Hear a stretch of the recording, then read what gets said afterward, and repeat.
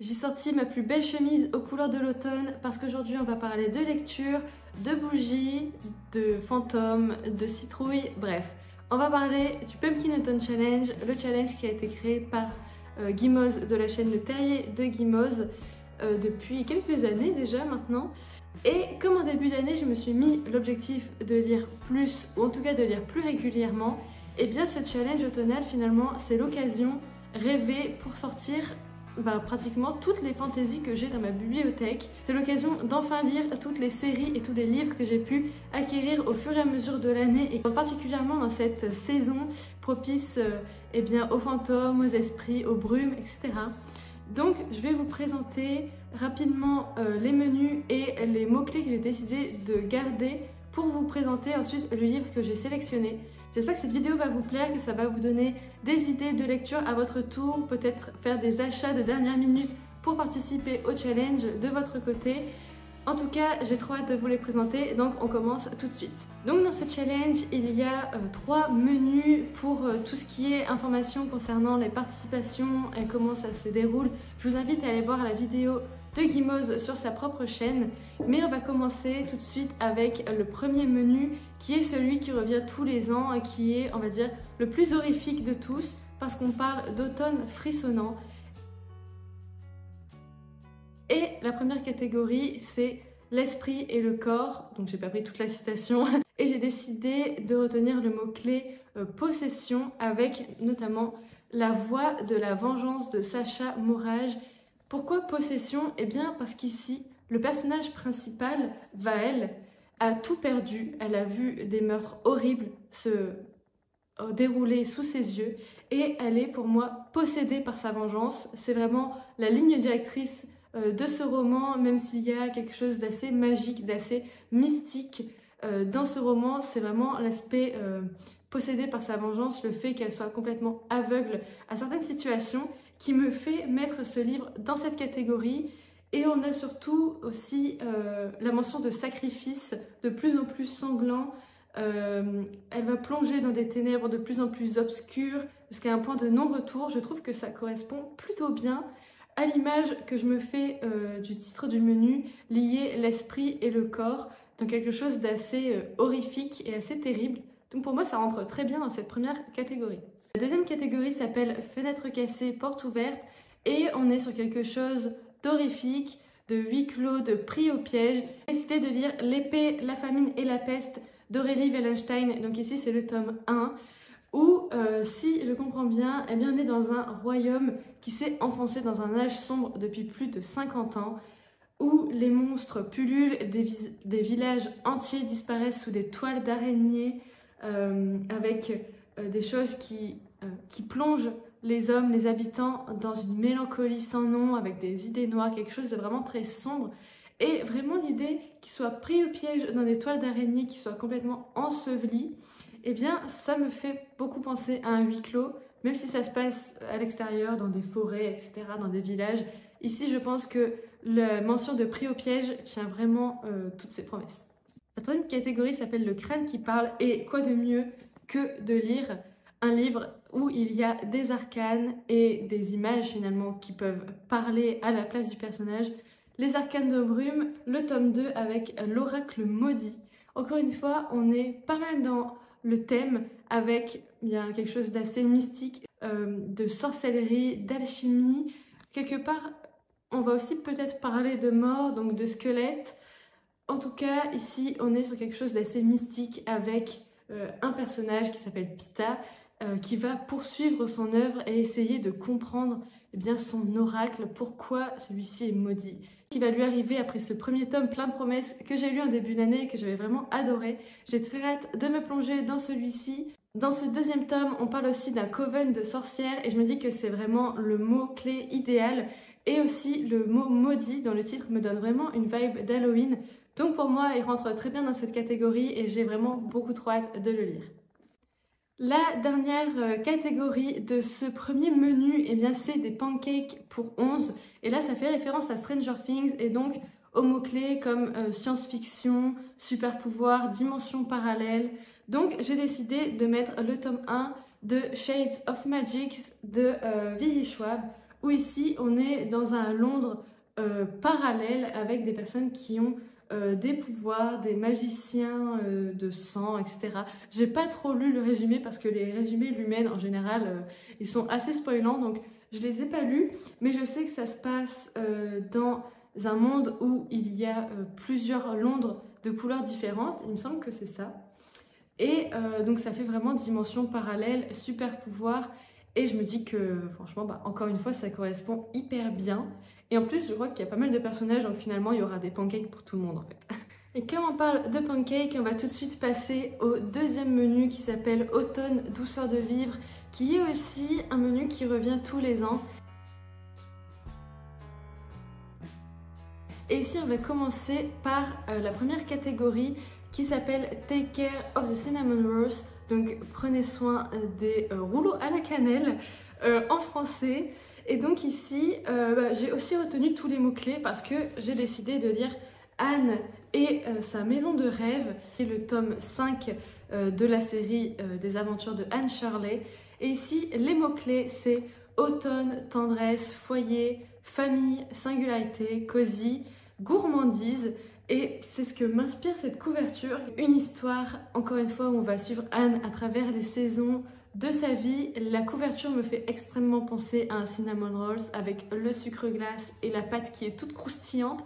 Mais au-delà de ça, je sais que Anne Shirley, pour moi, c'est vraiment une histoire qui se passe en automne, où il y a vraiment de la tendresse, de la gentillesse, des aventures, des amitiés, où la famille est au centre de l'histoire, où la famille et le foyer finalement est au centre de l'histoire. Donc j'ai vraiment très hâte de le lire. Je n'ai pas lu de Anne, je crois, depuis peut-être 2 ans. Je suis pas sûre d'en avoir lu un l'année dernière, donc ça fait vraiment très longtemps. Et j'ai hâte de poursuivre et de terminer les aventures de Anne. Donc bien voilà pour celui-ci. La prochaine lecture, c'est un livre que j'ai envie de lire depuis sa sortie, depuis le Salon de la littérature de la jeunesse de Montreuil, donc de 2023. Où je l'ai acheté. Donc la deuxième catégorie de ce menu, c'est la délicieuse malaventure de Salima. Et les mots-clés que j'ai décidé de retenir, c'est adolescence et féminisme, mais aussi déconstruction. Parce que je vais parler de Supernova, l'Académie des constellationnistes. C'est le premier tome ici également, écrit par Axel Ménéglier. Et ce livre, franchement, je suis Axel depuis un moment sur les réseaux. Je l'ai vu écrire ce livre, l'éditer, etc. pour être finalement publié dans la collection R. Et vraiment, depuis que je l'ai vu à Montreuil, depuis qu'elle m'a fait une petite dédicace, j'ai trop hâte de le découvrir. Donc ici, on suit la vie de Cassiopée Harmon qui a 18 ans. La vie va basculer quand elle va découvrir qu'elle a une magie ou des pouvoirs qui vont la mener dans un Londres parallèle ici aussi, où elle va découvrir justement cette académie particulière, où elle va rencontrer pas mal de monde. Elle va aussi se faire des amis, mais pas que des amis. Elle va découvrir aussi une sorte de prophétie. Ce livre, il est quand même pas mal assez épais, mais je me dis que ça peut apporter une petite touche d'aventure, mais aussi de quelque chose d'un peu plus doux que dans le premier menu. Et j'ai vraiment trop hâte de lire. En plus, la couverture est super belle. La troisième catégorie est Cad, je suis heureuse d'être tombée de cet arbre. Et j'ai décidé de retenir pratiquement tous les mots-clés aussi ici, avec les mots amitié, aventure et santé mentale, parce que j'ai décidé de lire le tome 2 des Monsters of Verity. Donc ici, c'est Our Dark Duet de V.E. Schwab. Et pourquoi je l'ai mis dans cette catégorie? Parce que déjà il y a des monstres, donc pour un challenge où ça se passe à Halloween, en automne, je trouve que ça correspond pas mal. Mais aussi parce que dans ce tome 2, on continue de suivre Kate et Auguste qui ne sont pas forcément amis, mais qui sont obligés de collaborer par la force des choses. Mais aussi on est sur une aventure où ils vont devoir essayer de se sortir d'une situation ou de situations assez compliquées. Et santé mentale, parce que les deux sont quand même confrontés à des horreurs. Parce que Kate est humaine, mais elle se décrit plutôt comme un monstre parce qu'elle a peur de tenir de son père qui est lui-même une sorte de malfrat généralisé, on va dire. Et Auguste qui est un monstre mais qui rêverait d'être humain. Donc on a une recherche d'équilibre et en soi, je trouve que la santé mentale était pas mal présente dans le tome 1, même si c'est jamais évoqué comme tel. Donc je pense que dans le tome 2, ça va être la même chose. Et franchement, j'avais vraiment adoré le tome 1, donc pour moi, ça rentre aussi pas mal dans le thème, même si on n'est pas trop sur une douceur de vivre ici, mais à mon avis, on va vivre quand même pas mal de choses à travers toutes ces pages. Enfin, la dernière catégorie correspond à 100% au livre que j'ai choisi, parce qu'on est sur le titre qui est « Je crois bien n'avoir songé qu'à vous seul », qui est issu du livre « Orgueil et préjugés » de Jane Austen. Et c'est d'ailleurs les 2 premiers mots-clés. Ensuite, on a amour, célibat, classique, sarcasme, vers et satire. Et quoi de mieux que de lire Porcelaine sous les ruines d'Ada Vivalda, ici où eh bien, il n'y a que quelques phrases pour le résumer. Une tasse de thé, un monde de pluie, aucun secret n'est à l'abri entre 2 âmes ennemies. Et je trouve que ça correspond plutôt bien, surtout qu'on me l'a vendu en étant une sorte de orgueil et préjugé, mais avec une touche de fantaisie, une touche de classique, pas mal de sarcasme apparemment du personnage principal.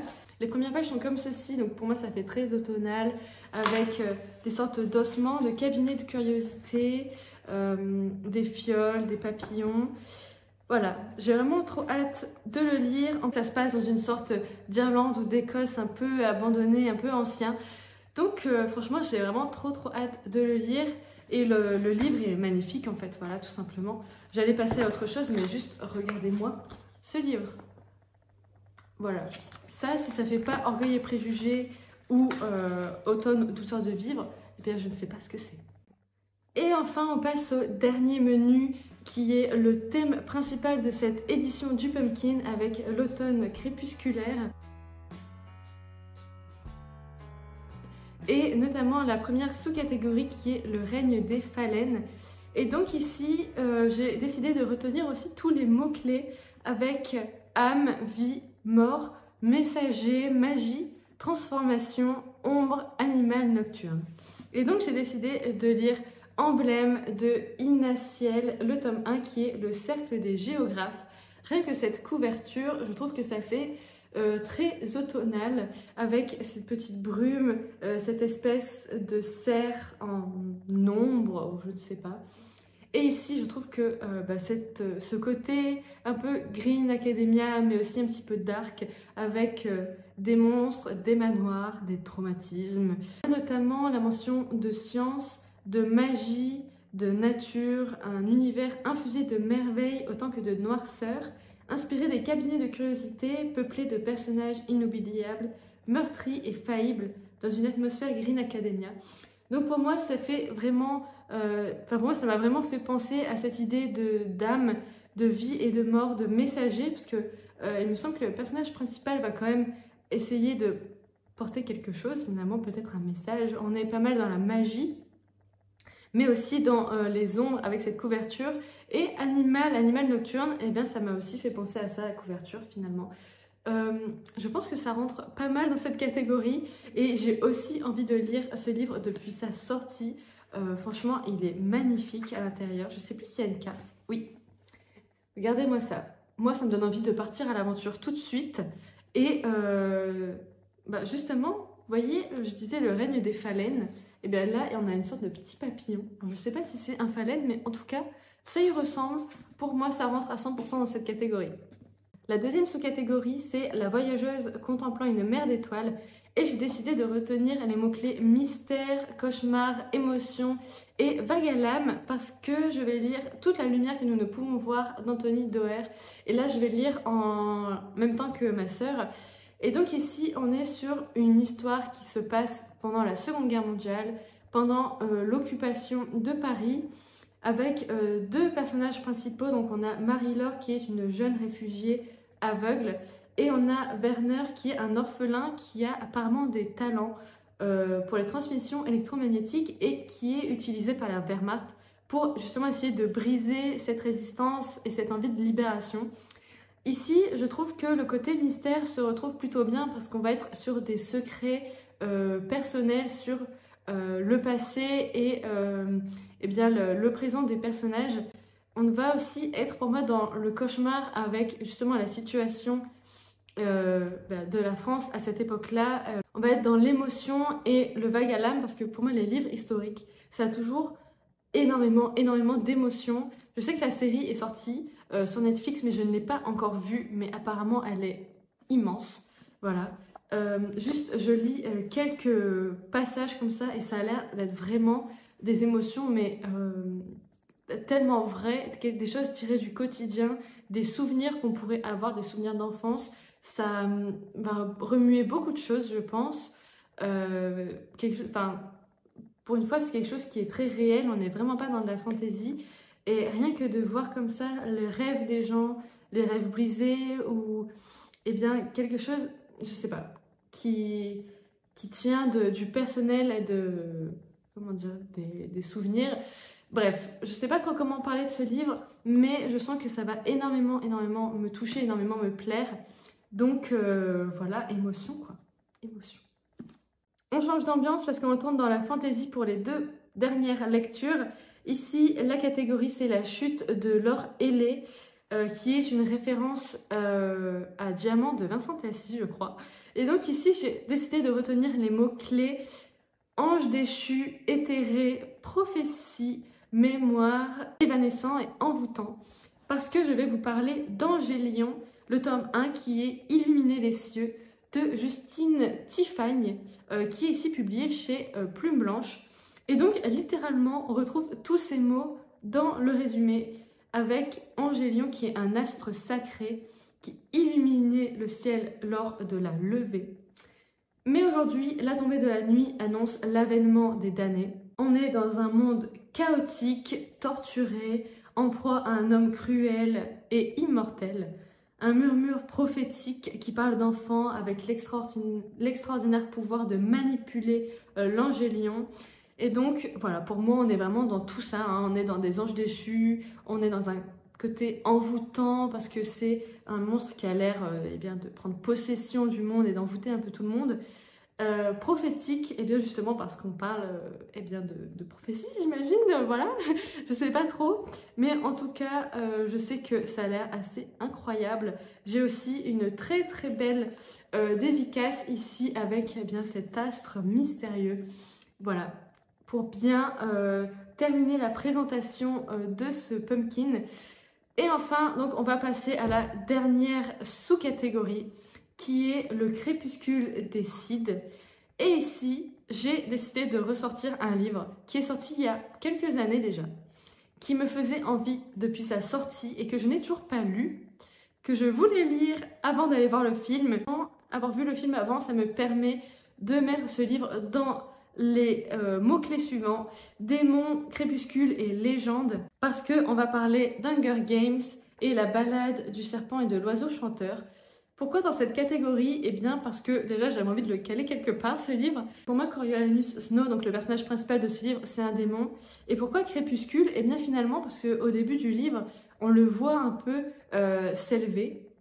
On le voit devenir complètement quelqu'un d'autre pour devenir quelqu'un d'horrible. Et donc c'est du début jusqu'à la fin de son parcours, on va dire. On suit un personnage qui est complètement brisé aussi, où c'est il va essayer de se racheter, d'essayer d'être une bonne personne, mais en même temps il sait ce qui compose son passé. Enfin, c'est un personnage qui est hyper complexe, assez gris, on a du mal à le cerner. Est-ce que c'est quelqu'un de foncièrement bien mais qui a fait le mal parce qu'il pensait que c'était bien, ou est-ce que c'est quelqu'un de vraiment mauvais? Voilà, je trouve que le côté démon correspond plutôt bien. Il y a aussi le mot-clé mythologie et légende parce que, je sais pas, pour moi Hunger Games, c'est une série un peu légendaire de la dystopie. Donc pourquoi pas. Donc voilà toutes les lectures que je vais faire pour le Pumpkin Autumn Challenge. Ça fait 12 livres et donc ça fait un livre par semaine parce que le challenge dure 3 mois. J'espère que je vais y arriver. J'ai quand même énormément de gros livres dans ce challenge, n'est-ce pas? Avec tous ceux qui sont derrière aussi, il y en a vraiment pas mal des énormes. Donc voilà, en tout cas j'ai beaucoup trop hâte de les lire. Toutes ces histoires me font extrêmement envie. Pour moi elles correspondent à 100% à cette ambiance automnale, bougie, lecture au coin du feu, lecture sous un plaid avec une averse dehors, vraiment tous les clichés de l'automne, j'adore. Aussi pour moi des livres où je me dis si je les lis pas maintenant, je vais devoir encore attendre 1 an pour les lire, c'est pas possible. Donc il faut vraiment que je les lise cette année et j'espère que je vais y arriver. Dites-moi en commentaire si vous participez aussi au Pumpkin, si vous avez déjà réalisé votre sélection de livres. Dites aussi en commentaire s'il y a des livres qui vous font envie, si vous avez lu certains de ces livres. Dites-moi vos avis ou envoyez-moi vos chroniques si vous avez envie sur Instagram ou sur Goodreads. En attendant mon bilan du Pumpkin, eh bien, je vais vous faire des petits updates, je pense, ou des vlogs lecture pendant cette période si particulière et que j'adore. Donc en attendant, je vous fais des gros bisous et je vous souhaite des bonnes lectures d'ici là.